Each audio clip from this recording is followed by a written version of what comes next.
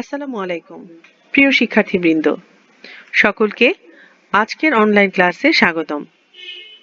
আমি মনিরা বেগম, সহকারী শিক্ষক, ব্যবসায় শিক্ষা শাখা, পল্লবী মাজেদুল ইসলাম মডেল হাই স্কুল।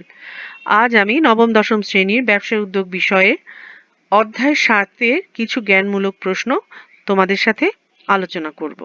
তাহলে চলো দেরি না করে আমরা অধ্যায় 7 বাংলাদেশের শিল্প অধ্যায়ের কিছু জ্ঞানমূলক প্রশ্ন সম্পর্কে আলোচনা করি। আমাদের প্রথম প্রশ্ন, সিমেন্ট তৈরির কাঁচামাল কি? সিমেন্ট তৈরির কাঁচামাল কি? উত্তর, পাথর। সিমেন্ট তৈরির কাঁচামাল পাথর। পরের প্রশ্ন, কোথাকার সিমেন্ট খুব মানসম্পন্ন? কোথাকার সিমেন্ট খুব মানসম্পন্ন? উত্তর হচ্ছে ছাতকের। ছাতকের সিমেন্ট খুব মানসম্পন্ন। এর পরের প্রশ্ন, সর্বশেষ জাতীয় শিল্পনীতি ঘোষিত হয় কত সালে? সর্বশেষ জাতীয় শিল্পনীতি ঘোষিত হয় কত সালে? উত্তর হচ্ছে 2010 সালে। আবার বলছি প্রশ্নটি, সর্বশেষ জাতীয় শিল্পনীতি ঘোষিত হয় কত সালে? উত্তর 2010 সালে। এর পরের প্রশ্ন, মূলধন সামগ্রী ব্যবহার করে কারখানাতে কাঁচামাল বা প্রাথমিক দ্রব্যকে মাধ্যমিক বা চূড়ান্ত দ্রব্যে রূপান্তর করার প্রক্রিয়াকে কি বলে? উত্তর হচ্ছে শিল্প। আবার বলছি, মূলধন সামগ্রী ব্যবহার করে কারখানাতে কাঁচামাল বা প্রাথমিক দ্রব্যকে মাধ্যমিক বা চূড়ান্ত দ্রব্যে রূপান্তর করার প্রক্রিয়াকে কি বলে? উত্তর হলো শিল্প। এর পরের প্রশ্ন, নির্দিষ্ট দ্রব্যের কারখানাসমূহকে একত্রে কি বলে? নির্দিষ্ট দ্রব্যের কারখানাসমূহকে একত্রে কি বলে? উত্তর শিল্প। এর পরের প্রশ্ন, জাতীয় শিল্পনীতি 2010 অনুযায়ী বাংলাদেশের শিল্পকে কয় ভাগে ভাগ করা হয়েছে? জাতীয় শিল্পনীতি 2010 অনুযায়ী বাংলাদেশের শিল্পকে কয় ভাগে ভাগ করা হয়েছে? উত্তর 2 ভাগে। বিনিয়োগের মাপকাঠিতে উৎপাদনমুখী শিল্প ও সেবা শিল্পকে কয় ভাগে ভাগ করা হয়েছে? বিনিয়োগের মাপকাঠিতে উৎপাদনমুখী শিল্প ও সেবা শিল্পকে কয় ভাগে ভাগ করা হয়েছে? 4 ভাগে। এর পরের প্রশ্ন, কুটির শিল্পে মূলধনের পরিমাণ কত? কুটির শিল্পে মূলধনের পরিমাণ কত? উত্তর হচ্ছে 5 লক্ষ টাকার নিচে। 5 লক্ষ টাকার নিচে। এর পরের প্রশ্ন, কুটির শিল্পে শ্রমিক সংখ্যা কত? কুটির শিল্পে শ্রমিক সংখ্যা কত? আমরা জানি কুটির শিল্প সাধারণত পরিবার ভিত্তিক শিল্প, তাই না? পরিবারের লোকজন নিয়ে এই শিল্পটি গঠিত হয়। তাহলে এর শ্রমিক সংখ্যা নিশ্চয়ই অল্পই হবে, অন্যান্য শিল্পের মতো অধিক হবে না। তাহলে কুটির শিল্পের শ্রমিক সংখ্যা কত? 10 জনের অধিক নয়। উত্তর হচ্ছে 10 জনের অধিক নয়। উৎপাদনমুখী শিল্পের ক্ষেত্রে ক্ষুদ্র শিল্পে মূলধনের পরিমাণ কত? উৎপাদনমুখী শিল্পের ক্ষেত্রে ক্ষুদ্র শিল্পে মূলধনের পরিমাণ কত? উত্তর হচ্ছে 50 লক্ষ টাকা থেকে 10 কোটি টাকা। 50 লক্ষ টাকা থেকে 10 কোটি টাকা। এর পরের প্রশ্ন, উৎপাদনমুখী শিল্পের ক্ষেত্রে ক্ষুদ্র শিল্পে শ্রমিক সংখ্যা কত? আমরা এর আগে জেনেছি মূলধনের পরিমাণ কত, আর এখন উৎপাদনমুখী শিল্পের ক্ষেত্রে ক্ষুদ্র শিল্পের শ্রমিক সংখ্যা কত? উত্তর হচ্ছে 25 থেকে 99 জন। 25 থেকে 99 জন। এর পরের প্রশ্ন, সেবামূলক শিল্পের ক্ষেত্রে ক্ষুদ্র শিল্পে মূলধনের পরিমাণ কত? উত্তর হচ্ছে 5 লক্ষ টাকা থেকে 1 কোটি টাকা। 5 লক্ষ টাকা থেকে 1 কোটি টাকা। সেবামূলক শিল্পের ক্ষেত্রে ক্ষুদ্র শিল্পে মূলধনের পরিমাণ কত? উত্তর হচ্ছে 5 লক্ষ টাকা থেকে 1 কোটি টাকা। এর পরের প্রশ্ন, এই যে সেবামূলক শিল্পের ক্ষেত্রে ক্ষুদ্র শিল্পের মূলধনের পরিমাণ কত সেটা আমরা জানলাম। এখন হচ্ছে এই শিল্পে শ্রমিক সংখ্যা কত? সেবামূলক শিল্পের ক্ষেত্রে ক্ষুদ্র শিল্পে শ্রমিক সংখ্যা কত? উত্তর হচ্ছে 10 থেকে 25 জন। এর পরের প্রশ্ন, উৎপাদনমুখী শিল্পের ক্ষেত্রে মাঝারি শিল্পে মূলধনের পরিমাণ কত? উত্তর হচ্ছে 10 কোটি টাকার অধিক এবং 30 কোটি টাকার মধ্যে। 10 কোটি টাকার অধিক এবং 30 কোটি টাকার মধ্যে। এখন আমরা জানবো উৎপাদনমুখী শিল্পের ক্ষেত্রে মাঝারি শিল্পের শ্রমিক সংখ্যা কত? শ্রমিক সংখ্যা হচ্ছে 100 থেকে 250 জন। 100 থেকে 250 জন।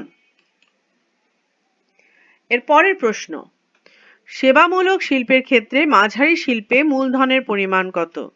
সেবামূলক শিল্পের ক্ষেত্রে মাঝারি শিল্পে মূলধনের পরিমাণ কত? উত্তর হচ্ছে 1 কোটি টাকা থেকে 15 কোটি টাকা। উত্তর হচ্ছে 1 কোটি টাকা থেকে 15 কোটি টাকা।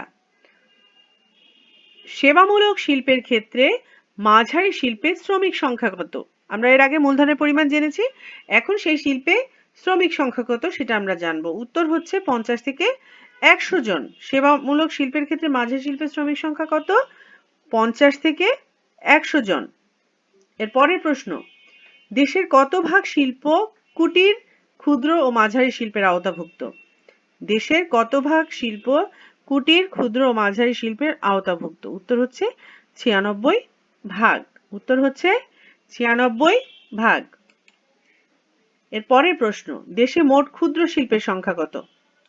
দেশে মোট ক্ষুদ্র শিল্পের সংখ্যা কত? উত্তর হচ্ছে 93,660। 93,660 হচ্ছে ক্ষুদ্র শিল্পের সংখ্যা। দেশে মোট কুটির শিল্পের সংখ্যা কত? দেশে মোট কুটির শিল্পের সংখ্যা কত? 6,36,577। উত্তর হচ্ছে 6,36,577। এর পরের প্রশ্ন, দেশে ক্ষুদ্র ও কুটির শিল্পের মাধ্যমে কর্মসংস্থান কত? দেশে ক্ষুদ্র ও কুটির শিল্পের মাধ্যমে কর্মসংস্থান কত? 33.37 লক্ষ। 33.37 লক্ষ। এর পরের প্রশ্ন, শ্রমঘন শিল্প কোনটি? শ্রমঘন শিল্প কোনটি? ক্ষুদ্র, মাঝারি এবং কুটির শিল্প হচ্ছে শ্রমঘন শিল্প। ক্ষুদ্র, মাঝারি এবং কুটির শিল্প হচ্ছে শ্রমঘন শিল্প। পরের প্রশ্ন, কুটির শিল্প কিসের প্রতীক? কুটির শিল্প কিসের প্রতীক? উত্তর হচ্ছে ঐতিহ্য ও গৌরবের প্রতীক। উত্তর হচ্ছে ঐতিহ্য ও গৌরবের প্রতীক। এর পরের প্রশ্ন হচ্ছে, উৎপাদনমুখী শিল্পের ক্ষেত্রে বৃহৎ শিল্পে মূলধনের পরিমাণ কত? উৎপাদনমুখী শিল্পের ক্ষেত্রে বৃহৎ শিল্পে মূলধনের পরিমাণ কত? উত্তর হলো 30 কোটি টাকার অধিক। উত্তর হচ্ছে 30 কোটি টাকার অধিক। এর পরের প্রশ্ন, উৎপাদনমুখী শিল্পের ক্ষেত্রে বৃহৎ শিল্পে শ্রমিক সংখ্যা কত? উৎপাদনমুখী শিল্পের ক্ষেত্রে বৃহৎ শিল্পে শ্রমিক সংখ্যা কত? উত্তর হচ্ছে 250 জন। উত্তর হচ্ছে 250 জন।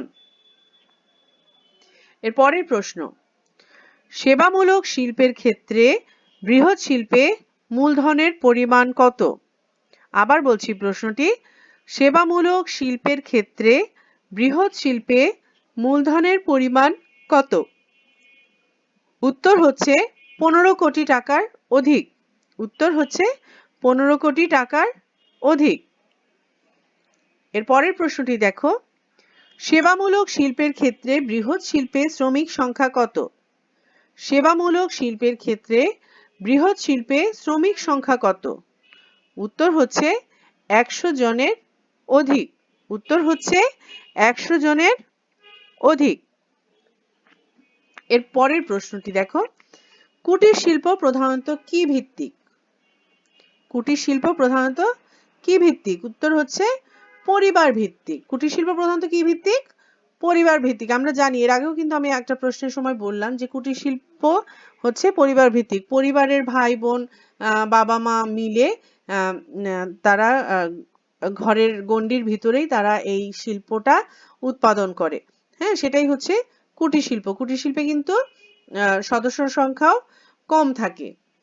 হ্যাঁ, এটা পুরোপুরি হচ্ছে পরিবার ভিত্তিক। তাহলে আমরা প্রশ্নটি আবার বলছি, কুটির শিল্প প্রধানত কি ভিত্তিক? উত্তর হচ্ছে পরিবার ভিত্তিক। এরপরের প্রশ্ন, কুটির, ক্ষুদ্র ও মাঝারি শিল্প বিকাশে কোন প্রতিষ্ঠান বিশেষভাবে পৃষ্ঠপোষকতা করে? কুটির, ক্ষুদ্র ও মাঝারি শিল্প বিকাশে কোন প্রতিষ্ঠান বিশেষভাবে পৃষ্ঠপোষকতা করে? উত্তর হচ্ছে ক্ষুদ্র ও কুটির শিল্প সংস্থা। উত্তর হচ্ছে ক্ষুদ্র ও কুটির শিল্প সংস্থা এই ক্ষুদ্র, মাঝারি এবং কুটির শিল্পে বিশেষভাবে পৃষ্ঠপোষকতা করে। আচ্ছা, শেষ প্রশ্ন, খণ্ডকালীন উৎপাদন ইউনিট বলা হয় কোনটিকে? আবার বলছি, খণ্ডকালীন উৎপাদন ইউনিট বলা হয় কোনটিকে? উত্তর হচ্ছে কুটির শিল্পকে। উত্তর হচ্ছে কুটির শিল্পকে। আবার প্রশ্নটি বলছি, খণ্ডকালীন উৎপাদন ইউনিট বলা হয় কোনটিকে? উত্তর হচ্ছে কুটির শিল্পকে। তাহলে আজকে আমরা এই অধ্যায় থেকে 30টি প্রশ্ন আমরা কিন্তু জানতে পারলাম, তাই না? 30টি প্রশ্নের উত্তর আমরা জানতে পেরেছি। তাহলে এই 30টি প্রশ্ন তো আমরা পড়ব, তার সাথে কি করব বলতো? আমরা এর আগেও যখন জ্ঞানমূলক প্রশ্ন নিয়ে আলোচনা করেছি ক্লাসগুলোতে, তখন কিন্তু একটা কথা আমি প্রতিটা ক্লাসেই বলেছি যে এই যে প্রশ্নগুলো আমি বের করে দিচ্ছি তার বাইরে থেকেও কিন্তু প্রশ্ন থাকতে পারে, হয়তোবা আমার চোখে পড়েনি বা আমি সেগুলো সেই প্রশ্নটা তুলে আনতে পারিনি, হ্যাঁ, এরকমও কিছু প্রশ্ন হয়তোবা থাকতে পারে যেটা তোমাদের চোখে হয়তোবা পড়তে পারে। হ্যাঁ, সেক্ষেত্রে তোমাদের করণীয় কি? তোমরা অধ্যায়টাকে ভালো মতো রিডিং পড়বে। তোমরা অধ্যায়টাকে ভালো মতো রিডিং পড়বে। রিডিং পড়লে কি হবে? সেটা কোনোভাবেই কিন্তু যেখান থেকে প্রশ্ন আসুক তুমি কিন্তু উত্তর অবশ্যই দিতে পারবে। হ্যাঁ, আমার কাছে এই যে কয়টা প্রশ্ন বের করে দিয়েছি এগুলো ইম্পর্টেন্ট মনে হয়েছে দেখে আমি বের করে দিয়েছি তোমাদেরকে, কিন্তু তারপরেও তোমাদের অবশ্যই অধ্যায়গুলো রিডিং পড়তে হবে আরো ভালোভাবে তোমাদের প্রশ্নের উত্তরগুলো দেওয়ার জন্য। এই প্রশ্নগুলো পড়লে এবং তোমরা যদি অধ্যায়গুলো রিডিং করো তাহলে কিন্তু আমার মনে হয় সৃজনশীল প্রশ্নের উত্তরগুলো দিতেও তোমাদের কিন্তু সহজ হবে, তাই না? কারণ একটা বারবার পড়া একটা বিষয় যদি তোমরা কোনো প্রশ্নের উত্তর দিতে চাও সেক্ষেত্রে কিন্তু খুব সুন্দর করে গুছিয়ে তোমরা লিখতে পারবে, তাই না? তাহলে আজ এ পর্যন্তই। সবাই ভালো থাকো, সুস্থ থাকো, বাসায় ভালো মতো পড়বে। সবাইকে ধন্যবাদ জানিয়ে আজকের ক্লাস থেকে আমি এখানেই বিদায় নিচ্ছি। খোদা হাফেজ।